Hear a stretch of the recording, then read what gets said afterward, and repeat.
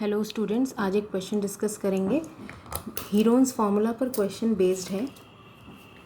Question है find the area of isosceles triangle whose sides are 10 centimetre, 13 centimetre and 13 centimetre. Hindi में समबाहु त्रिभुज का क्षेत्रफल ज्ञात कीजिए जिसकी भुजाएं 10 सेंटीमीटर, 13 सेंटीमीटर और 13 सेंटीमीटर हैं। सबसे पहले हम ये देखते हैं कि समबाहु त्रिभुज या फिर आइसोसेलेस ट्राइंगल किसको कहते हैं। आइसोसेलेस ट्राइंगल होता है जिस त्रिभुज की कोई भी दो भुजाएं बराबर हों उसे आइसोसेलेस ट्राइंगल या फिर सम द्विबाहु त्रिभुज बोला जाता है। ठीक है, कोई भी दो भुजाएं उसकी बराबर हो सकती हैं। यहाँ मैंने ये लिखी है और ये भी हो सकती हैं।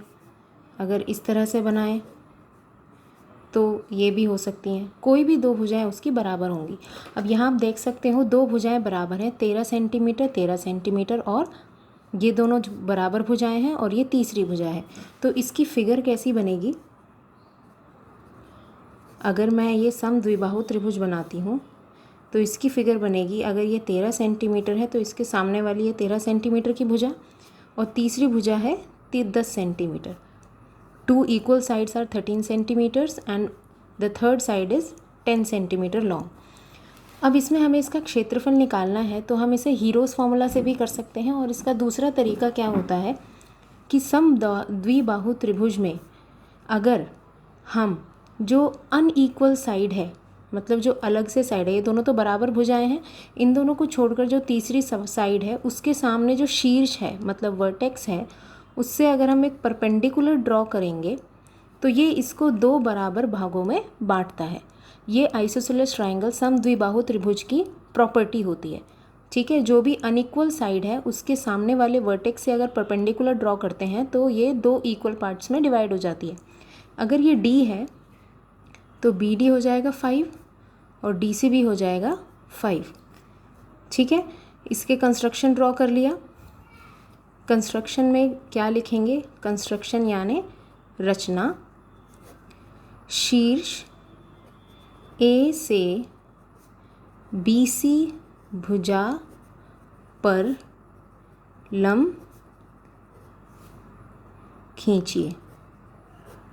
Draw a perpendicular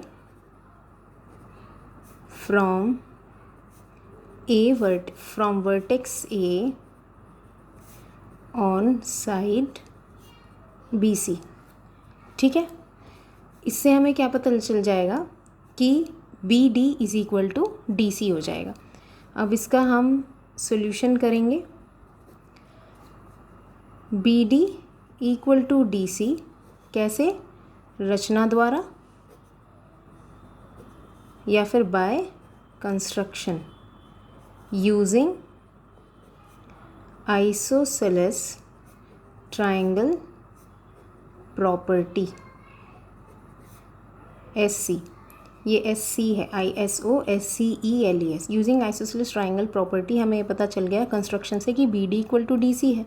BD equal to DC है तो ये कितना हो जाएगा? 5 सेंटीमीटर, क्योंकि पूरा 10 है तो दो बराबर भाग क्या हो जाएंगे? 5 5।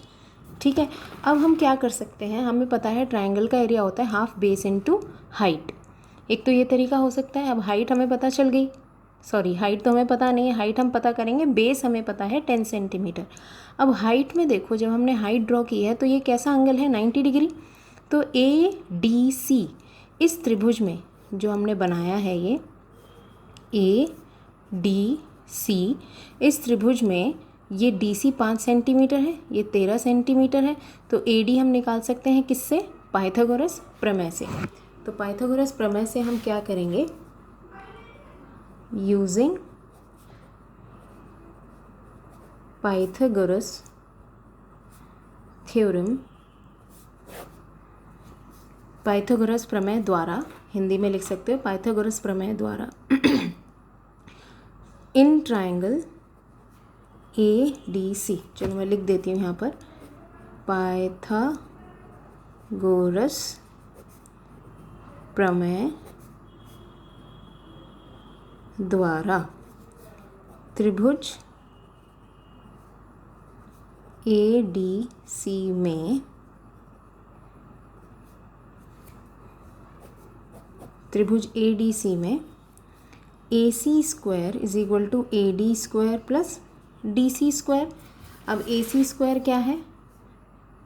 13 स्क्वायर। ए डी कितना है हमें नहीं पता, इसको एज इट इज़ लिखेंगे। और डी सी है 5 स्क्वायर। तो ए डी स्क्वायर हो जाएगा 13 square minus 5 square, 169 minus 25 is equal to 144। तो ए डी का जब हम इसका 144 का अंडर रूट लेंगे तो ये आंसर आ जाएगा 12 सेंटीमीटर। ए डी कितना आ गया? 12 सेंटीमीटर। तो हमें पता चल गया कि इसकी जो ऊंचाई है, हाइट है, वो आ गई हमारी 12 सेंटीमीटर और बी सी आधार आ गया 10 सेंटीमीटर। तो हाफ बेस इनटू हाइट से हम इस ट्रायंगल का एरिया निकाल सकते हैं। ठीक है, इसमें अब अगर हमें ट्रायंगल का एरिया फाइंड आउट करना है तो क्या करेंगे? ये देखो, इस त्रिभुज में, त्रिभुज in triangle A B C, त्रिभुज ए बी सी में एरिया यानी क्षेत्रफल is equal to half of base into height, आधार गुना ऊंचाई। बेस कितना होगा? 10 और हाइट हमने अभी निकाली है, कितनी हो जाएगी? 12। इसको सिंप्लीफाई करोगे आंसर आ जाएगा 60 सेंटीमीटर स्क्वायर। ठीक है बेटा, इस तरह से हम इस क्वेश्चन को सॉल्व कर सकते हैं। दूसरा तरीका तो वही है जो हीरोज़ फार्मूला होता है, तीनों साइड्स गिवन है तो फार्मूला कौन सा यूज़ करेंगे? हीरोज़ फार्मूला क्या होता है? S minus A, S minus B, S minus C. ठीक है, इस फॉर्मूले से आप इसको सिंप्लीफाई कर सकते हो। क्लियर? आंसर इसका यही आएगा, चाहे आप हीरोज़ फार्मूला से करें या फिर इस फार्मूला से करें।